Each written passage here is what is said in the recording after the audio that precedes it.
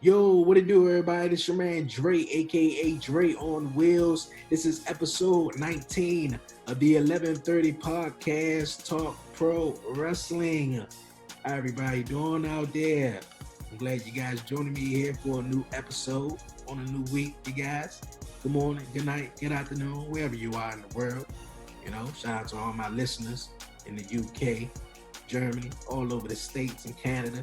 I appreciate it so much, you guys. Before we dive in all into it, man, I want to shout out my guest, Miranda Morales, who was joining me last week here on the podcast. I appreciate it so much, you guys. She's a ring announcer, backstage interviewer. She's a woman in the wrestling business, man. Killing it. Appreciate you, Miranda. Also, you guys, this week here on the podcast, you guys, I have a guest, of course, you guys. My man, the man they call Dave, you guys, the host of the Working Fan Podcast, you guys, all the way from Connecticut. Once again, you guys, the man they called Dave. How's it going?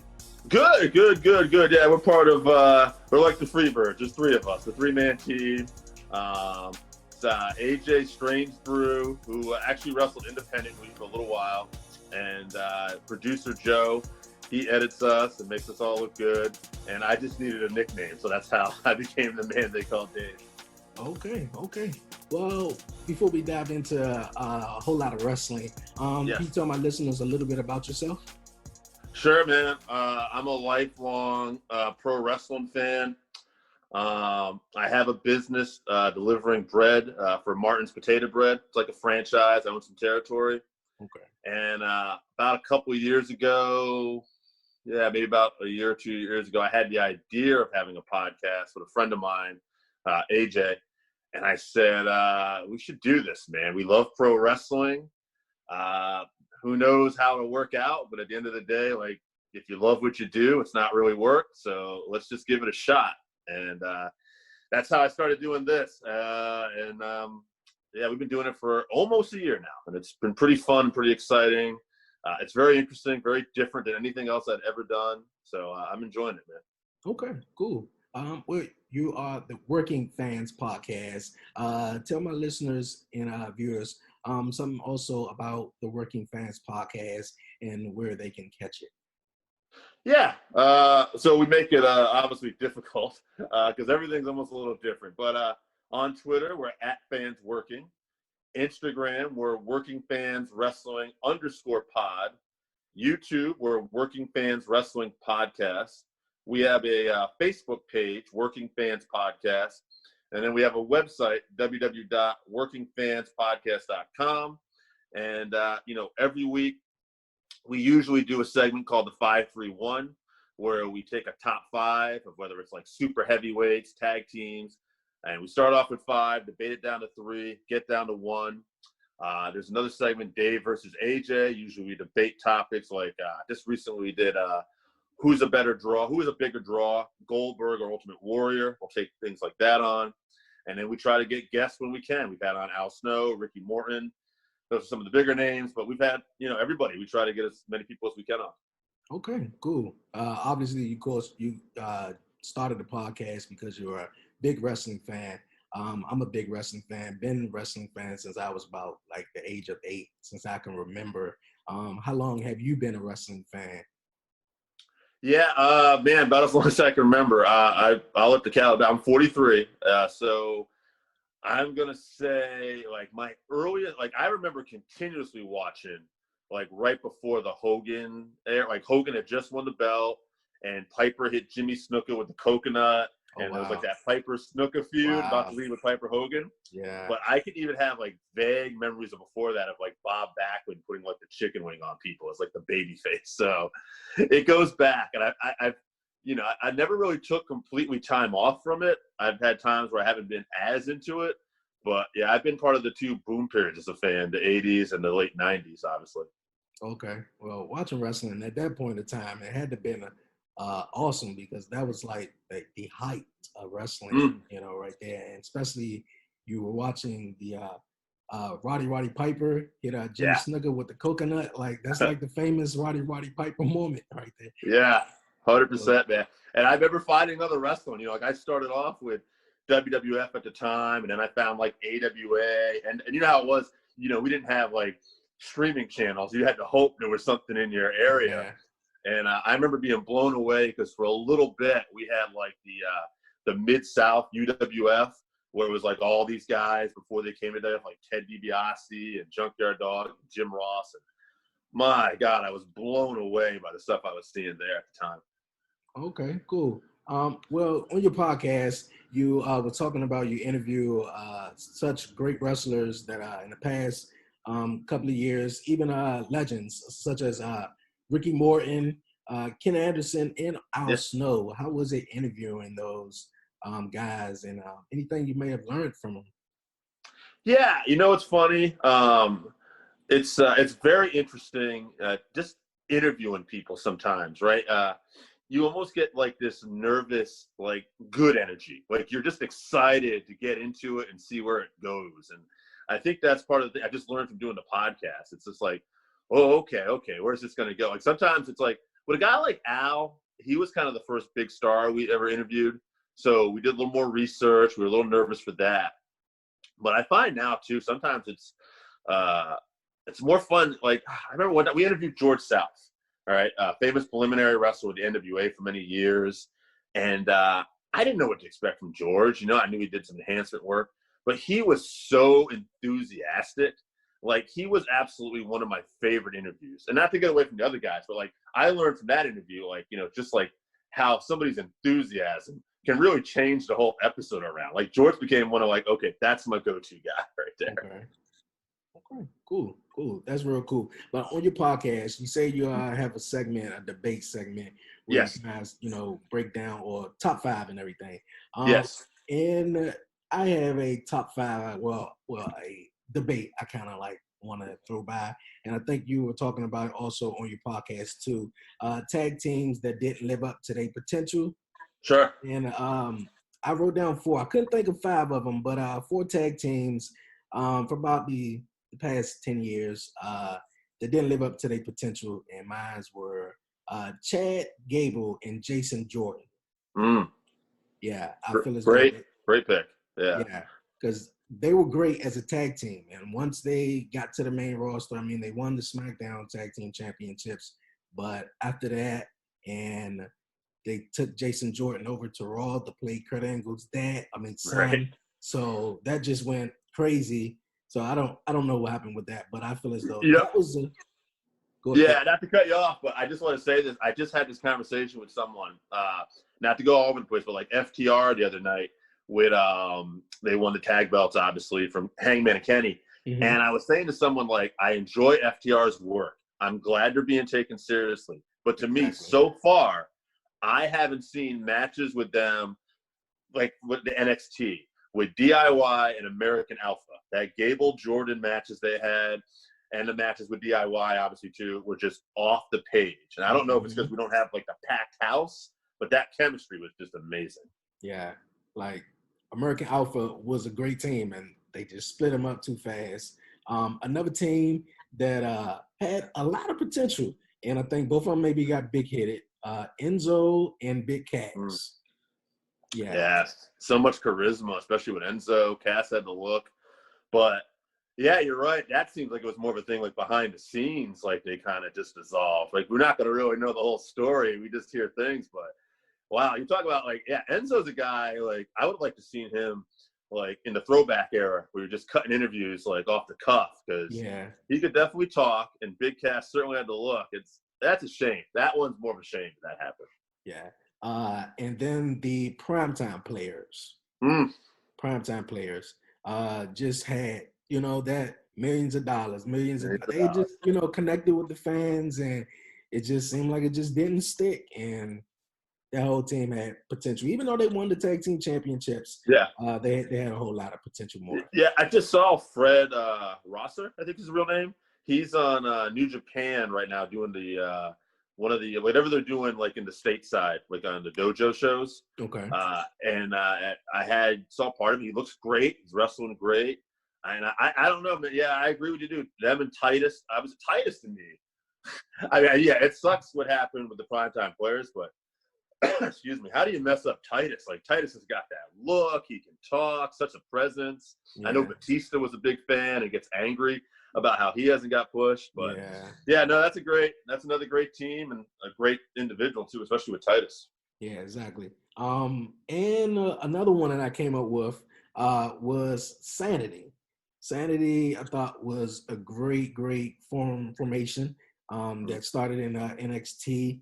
And then just, they did their thing for a while. And once they went up to, I think it was SmackDown, and it just didn't work from there. Eric Young, was just dark matches after that. And I want to dive into Eric Young. Was going to dive into Eric Young a little later on, but he's in Impact Wrestling right now. He went from being in WWE to not being used to now in Impact Wrestling, and I believe he's the Impact Wrestling World Champion. Yes. Okay. I just wanted to get that right because I was confused. I was watching it because I haven't been caught up a lot lately, and it was, I think, Moose. Was he World Champion also, or did he just have a belt? He's got like the TNA title, which was before. Yeah. So basically, they were going to do this thing before the pandemic, where they were going to do like an old school versus new school kind of thing, and they were going to have the old TNA wrestlers on. And TNA, so Moose took the TNA belt, and they were running with it was a gimmick.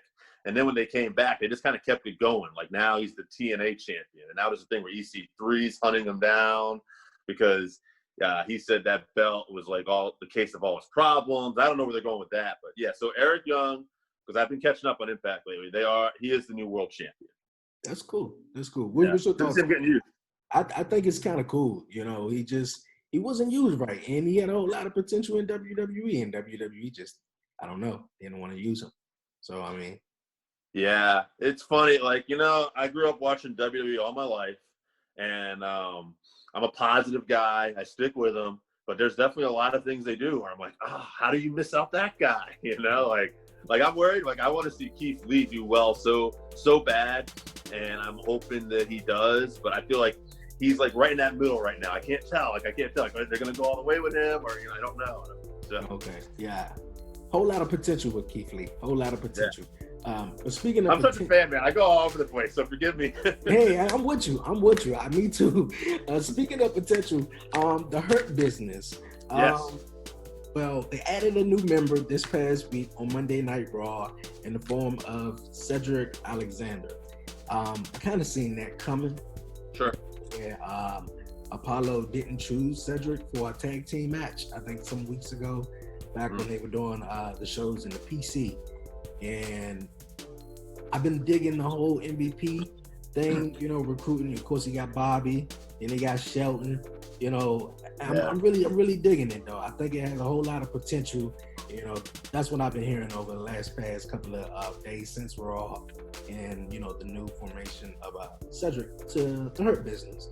What's your thoughts on it? Yeah, I like it. I'm a big fan of MVP. The guy can talk. His promos come off. I don't know. Some guys come off like they're natural, like they're not actually scripted. He's one of them. And I think he's great for guys like Lashley and Benjamin, who are great athletes, but maybe don't have that mic skill. Mm-hmm. Finally, awesome to see them doing something with Shelton because he is such a great athlete still. And Cedric, I don't know where they're going to go with him, but he's always kind of had that potential going back to the Cruiserweight Classic when you remember people were chanting his name, sign this guy, and then Hunter came out and signed him. So I really hope for good things. It seems like they're in a good spot. Like, they're in a lot of segments, so management seems to be behind them. So I hope that they'll continue to push them, and maybe we'll get some tag belts out of Cedric and Shelton or something, and Lashley maybe a world title run. You never know, but I really like that group a lot. Okay, I like it. I'm really digging it though. Yeah. It's a highlight. Yeah. Well, you guys here on the 1130 podcast, Talk Pro Wrestling, you guys. I got my man Dave here, the man they call Dave, you guys, from the Working Fans podcast, you guys. We're going to talk some more wrestling, a bunch of more wrestling, you guys. Stay tuned. We're going to take a quick, short break here on the 1130 podcast, Talk Pro Wrestling. When it comes to growing your podcast, it's tough to know where to start. That's why Anchor gives podcasters the tools they need to make each episode better than the last. Now, Anchor Analytics includes new stats from Spotify to help you better understand who's listening and what they like about your show. With charts that let you see how far people are making it into each episode and where they're dropping off, you can plan your podcast around the content that performs best. Hover over to see how many people are tuning into specific segments and learn what hooks your audience by comparing the average listening time across multiple episodes. Using anonymized demographic data from Spotify, take a granular look at the age and gender of your listeners to start tailoring your content or targeting new audiences. Track analytics from multiple platforms and Spotify insights. Everything you need to grow your podcast, all in one place with Anchor. Yo, you guys, before we dive right back into the podcast, I want to tell you about listener support. Yo, you guys, listener support helps me out big time with this podcast. As far as setting up equipment, getting guests, money is time. You feel me? You name it. You name it, you guys. Click the link in the description. You can support this podcast with a small monthly subscription.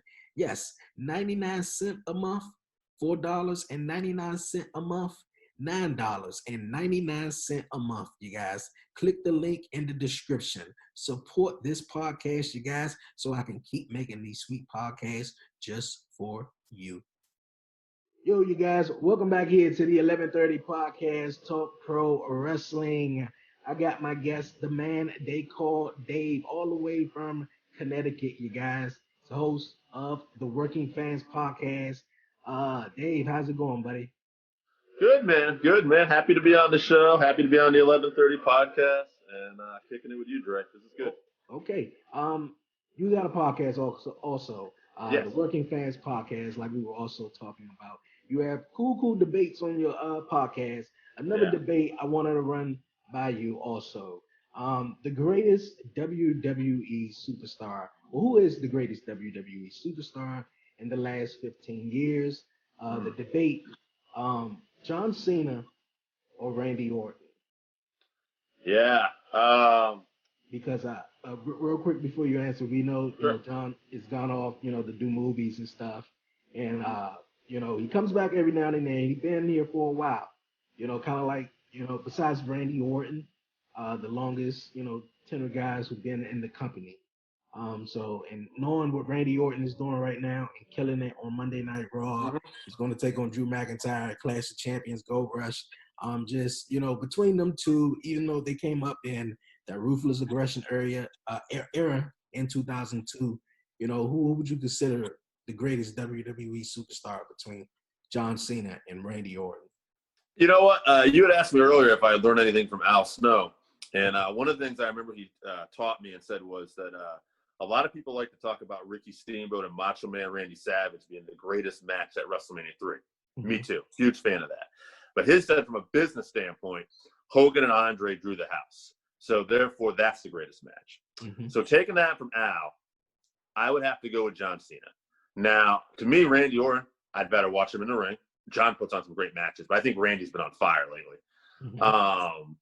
But when you look at so far, that doesn't mean Randy can't surpass him.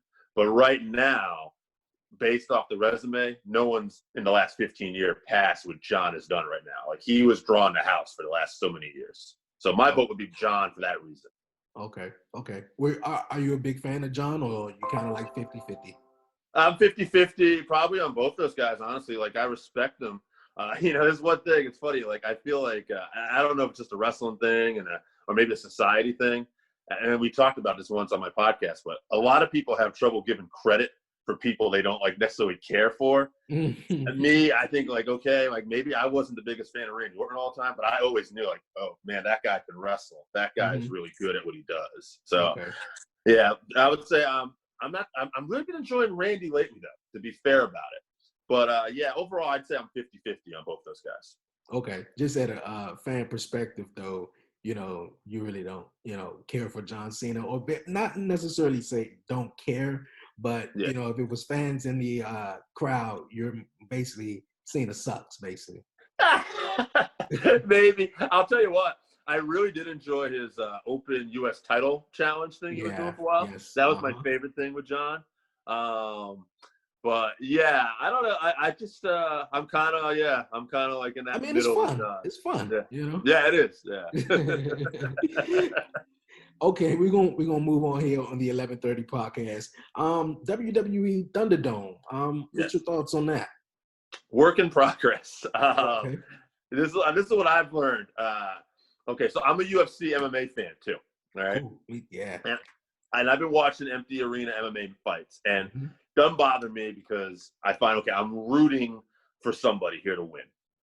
Now, with the wrestling show, as I watch it from an older fan perspective now, I find it's not so much that I'm rooting for somebody. I'm watching a show. I'm looking for a performance, and I'm looking for the ambiance. So when they were doing the completely empty shows, not fun. Didn't enjoy that. I was waiting for them to put the NXT like extras in there.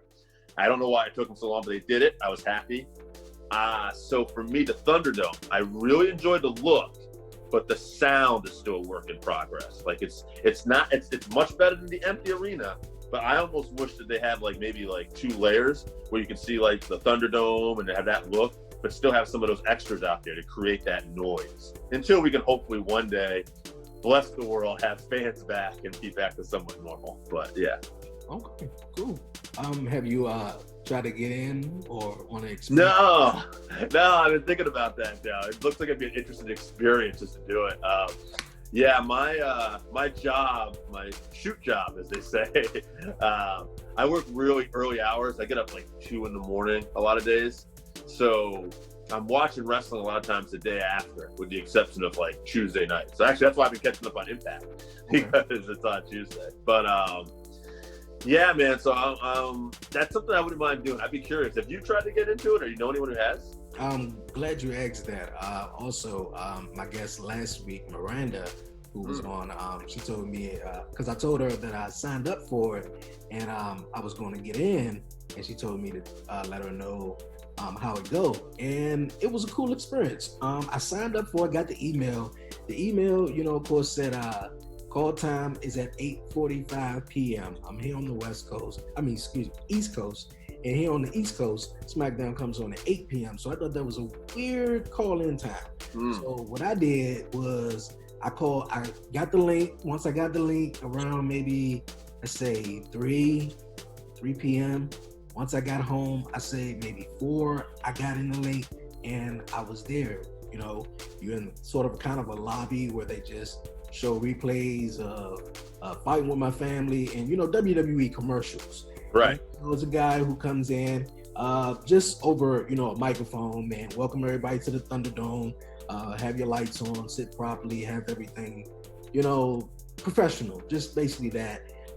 Before SmackDown, they do 205 Live on my Instagram. I shared a video from Mansoor. He was one of the guys from I think Saudi Arabia who won a contract or whatever. But yeah, he was on 205 Live, and I saw myself, in the background and stuff. So that was kind of cool. So, the experience is cool. You don't stay in there the whole time.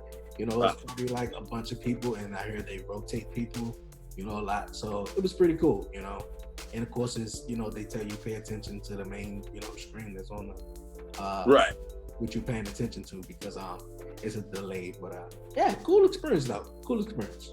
That's awesome, man. That's one thing too. Like, I don't want to talk about it, but like, I was really like bummed out, but I guess not surprised to hear like some of the negative stuff that was going on with that. Like whether it was the beheading, the KKK rally, the Chris Benoit stuff. All I could think of was like, this sucks, but when you're inviting the internet on for free, you're going to get a lot of that too, unfortunately. So I hope they can do that, because I mean, at the end of the day, whether you like what they're doing or not, they're trying to do a good thing with this. This isn't like, what I mean? So there's no reason to do that. But okay. All right. Well, Roman Reigns is back. And not only he's back, he got Paul Heyman with him. And this duo is going to be interesting. I want to know your thoughts on that. I'm excited for it, man. I like what I'm seeing so far. I think the SmackDown ratings have been up the last couple of weeks too, and I think there's a reason for that. This is going to be very interesting. This might be one of the hottest angles they've had, definitely in the COVID era right now, because a lot of people wanted Roman to turn heel for the longest time. Now he is. And we got Paul Heyman by his side. This guy could talk, he's one of the best talkers of all time. And it's interesting because we got Bray Wyatt possibly as a babyface, and there's something going on where Alexa Bliss is following him, like a Harley Quinn kind of thing. Yeah. And then now he's going to be taking on his family, Jey Uso. Yeah, and I love the Usos. So to me, like, you're giving one of them the rub, and I don't know. I'm very excited to see where this is going. And I think, and I don't know, I'm just a fan at the end of the day. I have a feeling this is going to be like a thing where Roman gets more heat. Like maybe Jay gets some offense, looks good, but this is going to be Roman really putting the heat on. And AJ, my co-host, actually had the idea, like maybe perfect world, Roman really puts the heat on him, beats him up, and maybe another family member, The Rock, smelling him cooking, gets involved. And I was like, man, that would be WrestleMania money right there. Mm-hmm. Man, Roman, yes, I definitely say he's going to put a beating on his cousin Uso. I'm a big fan of the Usos, real big fan of the Usos, and also my favorite wrestler of all time is The Rock. So, okay, now I'm gonna digress for a minute, a moment. We're gonna have Roman Reigns now take on the Uso. Now, if that happens, and which I think he's gonna whip Uso up all the way up until Gold Rush, because I did not like how he kind of like, when he saw cousin and backstage, it was like, I got this. I'm playing my part. No, I want Roman full heel. Don't kind of like, play 50-50 with it. If you were Paul, you full heel. So I kind of feel as though he's going to play his cousin. And then, on Friday night on SmackDown, he's going to beat the crap out of him. Now he knows that he's going to take on him at Gold Rush. Now, leading up to this, we get The Rock versus Roman Reigns, which they kind of like been talking about for the last year and a half.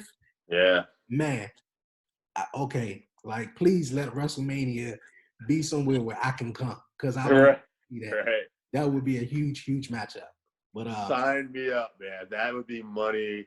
I want to ask you a question too, because I personally I've been enjoying. I enjoyed the last couple of WWE pay-per-views a little more. I enjoyed SummerSlam. I even enjoyed Payback. I'm not a fan of a weak build, but still, I enjoyed the show. What do you think about Dominic Mysterio? I mean, they're just throwing him out there, but I've really enjoyed the story so far with him and Ray and everything going on. That has kind of like, because since the whole pandemic been going on, Raw hasn't been, I'm a big fan of Monday Night Raw. Raw is my show out of all of them, though. But throughout the whole pandemic, that has been, Raw hasn't been really good. But, the Seth Rollins storyline where, he's the Monday Night Messiah, and he got Murphy, and the whole story with Rey Mysterio, and then you add Dominic. That's been, my favorite thing throughout the whole summer, on Monday Night Raw. I love it, and the fact that now Dominic now is a WWE superstar, and that week that Seth Rollins and Murphy just beat the crap out of Dominic out, man, that was so intense right there. I was watching that, and I was just like, wow. So I'm digging it. I'm really digging it. I love the match at SummerSlam, too. I figured Dominic was not going to win.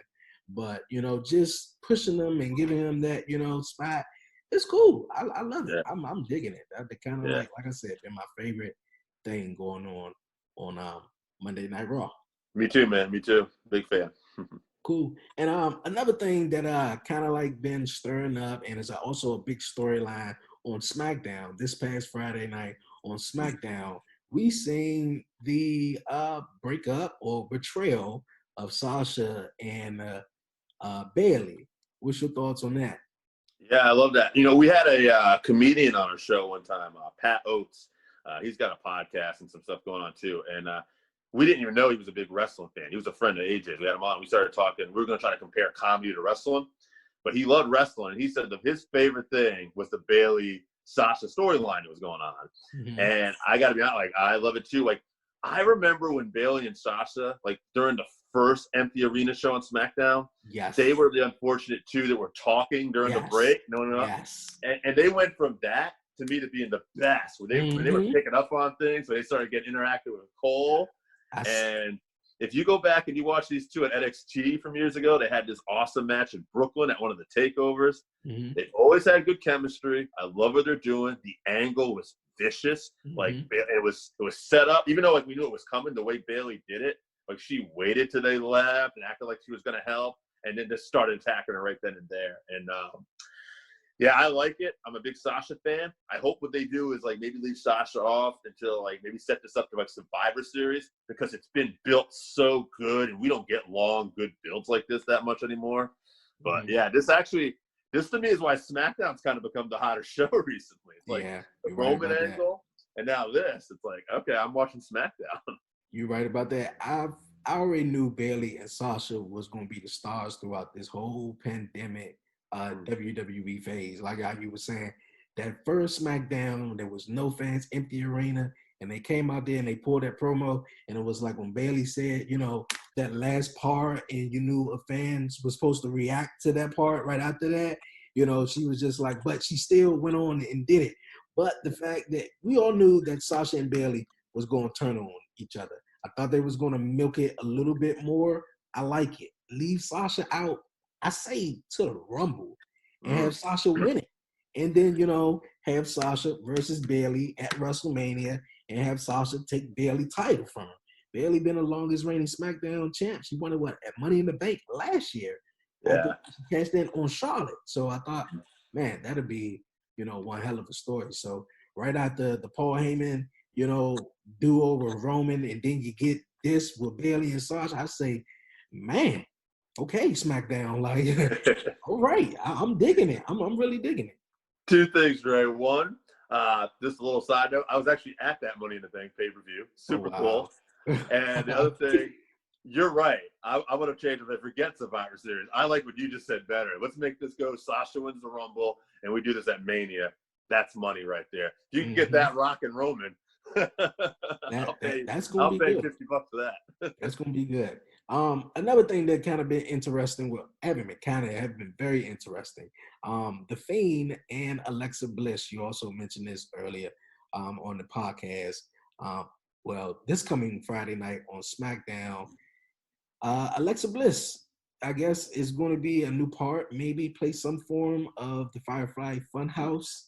And, since, everybody that the Fiend encounters, they all change. Either Braun Strowman, now he got his haircut, man.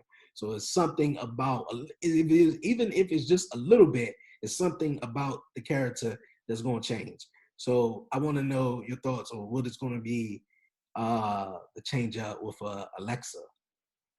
Yeah, it's interesting. I really like The Fiend. He was kind of a hot topic there for a while. People seem to love him or hate him. I've always liked him. I thought he was interesting. Bray Wyatt's another guy that can cut promos. It doesn't sound like somebody else. Mm-hmm. Alexa, always liked her look. Always thought she could go in the ring. I like the stuff she had been doing prior to this with Nikki Cross. And to me, this is like another evolution of the character. Now we're going to see what she can do with this. I feel like it's going to be almost like this, like, it's interesting because it's almost like going to be, to me, it was like a Harley Quinn type thing. And I'm picturing like the Joker and Harley where they'd be heels. But it looks like they might be baby faces somehow going against Roman, I think. So I'm very interested. I'm not really sure what to see other than I'm expecting her look to change. Like they started with one braid. Now it's like 2 or 3 braids. Mm-hmm. And I think there's going to be this drastic look that comes with her. And here's another one. SmackDown's winning again. You got me now. Like, okay, what are we doing here, SmackDown? I like what I'm seeing now. Yeah, it's going to be interesting.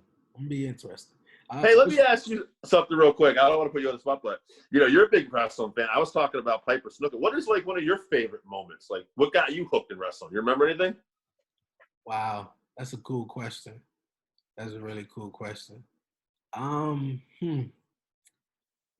don't remember necessarily what got me hooked. It was a guy who was just like, hey, I was like maybe 7 years old or whatever at the time, and we were outside playing, and he was like, he was a little older than me. He was like, you watch wrestling? And I was like, I don't know what that is, Mm-hmm. And we went inside, turned it on. The first thing I can remember, the only thing I can remember is Sunday Night Heat. Sunday Night Heat, and, it was, wrestling going on. And, of course, my cousin, him and his father was also a big wrestling fan. They were more of WCW. They always talked about Goldberg and Booker T. So they was more, WCW. And, they watched it. I was just getting into it. I played the games a little bit. but it was The Rock. It was The Rock. Man, it was The Rock. It was The Rock just doing his thing, and man, like, I don't know. It wasn't just one thing. It was just everything just put together. I don't even know how to explain it though. I don't even know, but that guy has more charisma to me. Like, to me, the top two charismatic people of all time. We just had this conversation on the pod. And it's just opinion, folks, but my top two are The Rock and Dusty Rhodes. The Rock, to me, I mean, the guy went from now he's in the movies, like the biggest thing in Hollywood ever. Like, you can't deny this guy's success. And to me, Dusty, just the look he had, you know, he was the common man. And here he is, and you see people like, you know, copying Dusty promos years later. So to me, he's also up there. Yeah, because I'll never forget, like, it was 2000, April in 2000, Backlash in Washington, D.C. I was not able to go.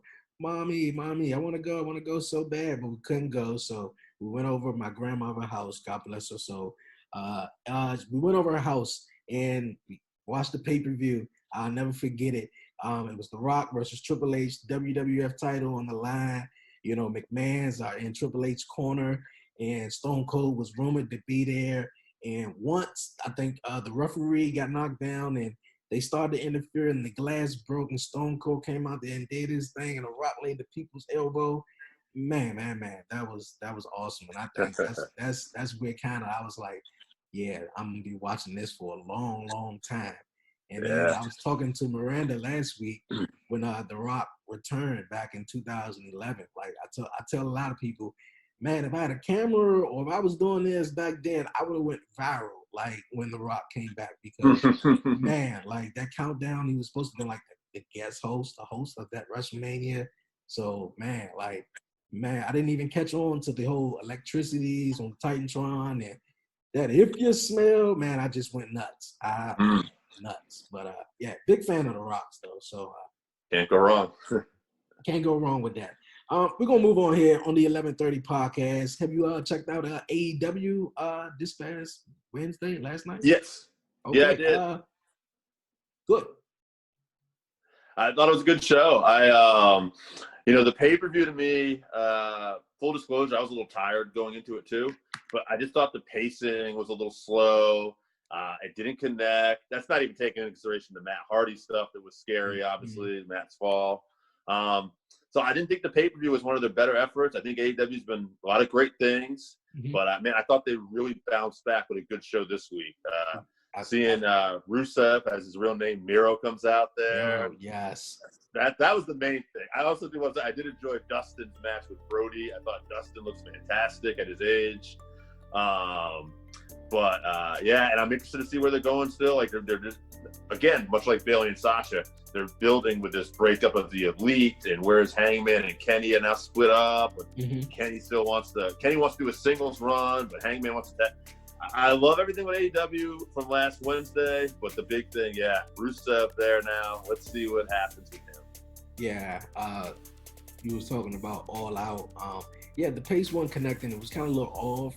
I don't know what the hell was the opening match. I think, what was it? A tooth fight? Yeah, the cinematic match there with Big Swole and Britt Baker.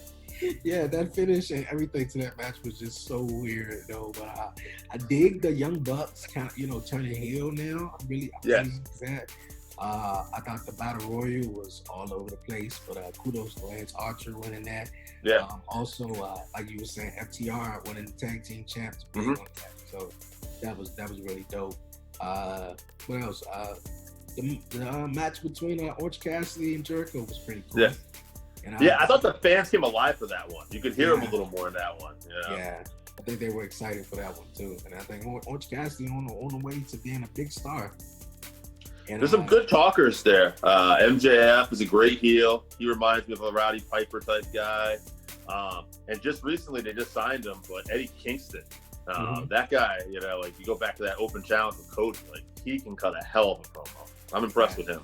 Yeah, I've been digging Eddie Kingston since NWA Power was before coronavirus kind of shut that down. And I was a really big fan of that. We had Zicky Dice when he had the TV Zicky belt. Dice. Yep. Yeah, that's my guy right there. Yeah, I like Zicky. Who else? We had Sal Renaro. He was the guy that was doing the thing with Mae Valentine. He was like her guy friend, and they was dating. It was all this group. It was basically strictly business. He had like Tom Latimer, and the other guy was part of the team, and so Sal was like on these show parts. We've interviewed a few personalities, but I think Zicky Dice was the biggest star for NWA. Oh, and Tim Storm. We had Tim Storm on. Cool. Yeah. Cool. By the way, Tim Storm, that guy, and I'm sure you know how it is with when you're dealing with talent, things happen, things run late, and a lot of times we have people run. Most of the guests are on time. We have to run late. Tim Storm, only guest in history, early. Called us a few minutes early, and I know this because it was the one day that Joe, was my producer, was running late. So sorry throwing Joe under the bus, but I just remember like, oh no, don't be late on Tim Storm. That's cool. That's real cool. But like you were saying, Miro, that kind of like shocked me. That threw me all off, man. Like, I'm surprised. Yeah, I didn't see him with that role, like Kip Sabian's best man. I'm not hating on it because I want to see where it goes. Yeah. And I think, like, lucky for Kip, because now Kip is going to get involved in this big thing with, Rusev. So I'm like, okay, good for him and Penelope. We'll see where this goes. The guy is definitely a guy I feel WWE dropped the ball with, because he seems to be another guy that he can talk. Like, he's got the promo chops. He's got the look. He knows how to read a crowd. And, it'll be interesting to see. He's got a completely different look, too. He has kind of the Marshall Mathers, like, bleach blonde hair thing going on. I'm kind of curious to see what happens with this. Yeah, that's going to be interesting. Interesting. One last thing before we wrap it up here. On All Out this past Saturday, very scary situation. Crazy thing about this, I didn't see All Out live. So I watched it Sunday night. But, I try to stay away from social media and All Elite, wrestling, or, fans in general. The only thing that I saw was Matt Hardy injury. And I was cool seeing that, as long as I didn't see anything, title change hands, any spoilers or anything like that. So once the match started, I already had nervousness, the whole match. So it was just like, this is, what's about to happen, I feel as though, it was a broken rules match. I feel as though, something was going to happen, but I didn't know, he was going to, fall off, and pretty sure he was concussed after that, I don't know how he couldn't be. Something had to be off, because, I mean, his legs were just dead under him. He was trying to get up, and he kept, like, falling down for a little bit, and the guy was unconscious. Scary thought. I heard another podcast somewhere. It might have been the post-wrestling podcast I think I was listening to, but they're saying, we got to get to the point, at the end of the day, it's somebody's health. And, if it's a wrestling thing, I understand the rules and, you made the stipulation, but guys, we can always rewrite something if we have to. Like, this is a man's well-being. Like, he didn't need to be back in the match. And I love AEW. I understand things happen in the heat of the moment, but hopefully we just learn from this and go, okay, let's just stop it next time, because I don't think we needed Matt Hardy climbing a scaffold after that. That was not like – like I want to know what happened, right there for them last in that 30 seconds. What happened when the camera cut? I think it went to Guevara and then back on Matt for a minute. That they put the match back on. Then I already feel like the match was supposed to end right there the way it was supposed to end. They didn't want it to end like that. Guevara goes up, Matt goes up, Guevara falls down, and that was it. But I thought that was, real strange. Yeah. I don't know. I mean, like, they said they checked on him, like, concussion protocol, but like you said, it was 30 seconds. I'm thinking, based on all the times I watched UFC fights and stuff, they ask you, are you okay? Are you there? And maybe you answer some questions. But whenever you leave it to the fighter, or in this case, the pro wrestler, they're going to 9 times out of 10 say, yeah, I'm ready to go. We can't really leave it up to them. We got to be kind of like watching out for their health. Exactly. So, But I don't know. That was my opinion. I love Matt is a guy I love. I love Jeff. I've always been a fan of the Hardy Boys. So I hope that Matt comes back rested and we see him in some more storylines. And I hope it's just something we can move on. Okay, he's okay now, and let's just, if that happens again in the future, we're just a little more cautious. I'm with you. All right, before we wrap it up here, man, for what the man they call Dave, what would you think about Retribution? Not a fan. You had to hit me with that one. That's the one thing I haven't been enjoying. We feel like we've done so many of these angles over the years too. The only way you can save this is if you have like some killer surprise at the end of this. But right now, who? Right? I don't even know who you would get at this point. You know, I was trying to think the other day. The only thing that would make sense to me is maybe we had Wade Barrett come back at NXT. If he came back and was like, you know, leading this charge because he felt like he was ostracized and never got to do respect because he tried to lead Nexus all those years ago. Now that would make sense to me a little bit, but right now it's a flop. I'd rather just, you know, like if like, you know, Brock or Braun or someone comes out, they just wipe all of them and we don't do this angle anymore.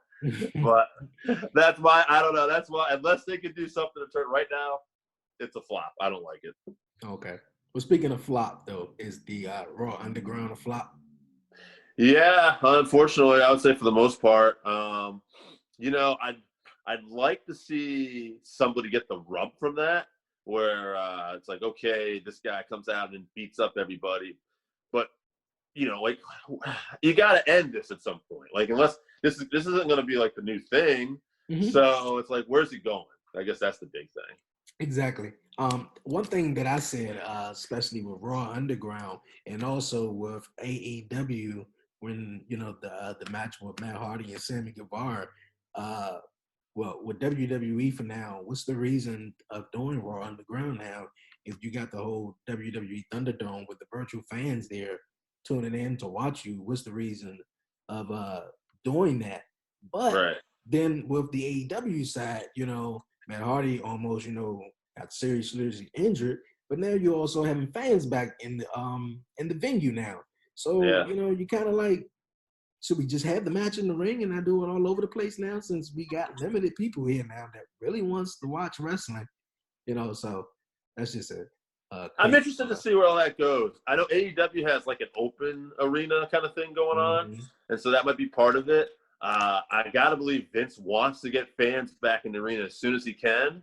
So I think they rented out this the Thunderdome, the Amco arena they're using right now. I think they have it rented out through October. So I don't know. Survivor Series in November. I'm hoping by November then, you know, maybe we'll see. I don't know. Hey, on bigger notes, like in the world, I hope we have a vaccine by November if that's possible. Hopefully. And then maybe we can all wear wristbands and say, hey, we got our vaccine. Can we go watch wrestling now? You know? Well, we're going to wrap it up here on the 1130 podcast, Talk Pro Wrestling, you guys. The man they call Dave, you guys. I appreciate you joining me here on the 1130 podcast. Before we go, anything you want to say, shout out you want to do? Just thanks to my fellow Working Fan podcast members who couldn't be here.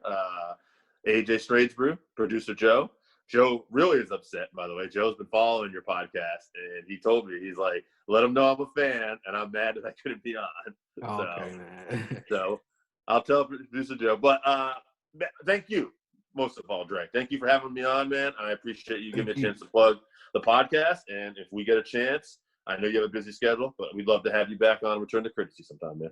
No problem. I would love to be on. The Working Fan Podcast. Can you let my viewers where they can catch it at one last time and where they can follow you? Yeah, absolutely. On Twitter, we're @FansWorking. Instagram, it's Working Fans Wrestling _pod. YouTube, it's the Working Fans Wrestling Podcast. We have a Facebook page called the Working Fans Podcast, and we have a website, www.workingfanspodcast.com. Appreciate it, man. Dave, thank you once again for stopping past here on Talk Pro Wrestling. Man, thank you. Appreciate it, man. Thank you. That's right. Thank you. Yo, the man they call Dave. I appreciate you, guy, man. I appreciate you so much for stopping past here on the 1130 podcast, Talk Pro Wrestling, man.